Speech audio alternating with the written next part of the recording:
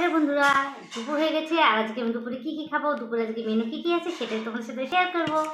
তো দেখো, সবার প্রথমে এখানে আছে রুটি, দুটো রুটি নিয়ে নিয়েছি। আর তারপরে এখানটায় আছে মাছ, এখানে আছে কাতল মাছ আর বাটা মাছ।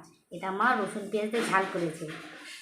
আর তারপরে এখানে আছে, দেখো এখানে আছে স্যালাড, গাজর আছে, পেঁয়াজ আছে, শসা আছে। আর এখানে আছে শাক, এখানে আমার শাক করেছে, ডাঁটার শাক।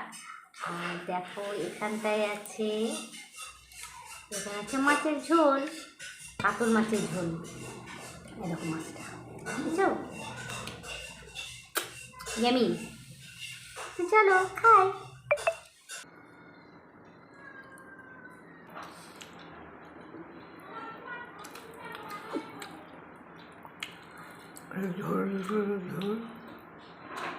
বাবা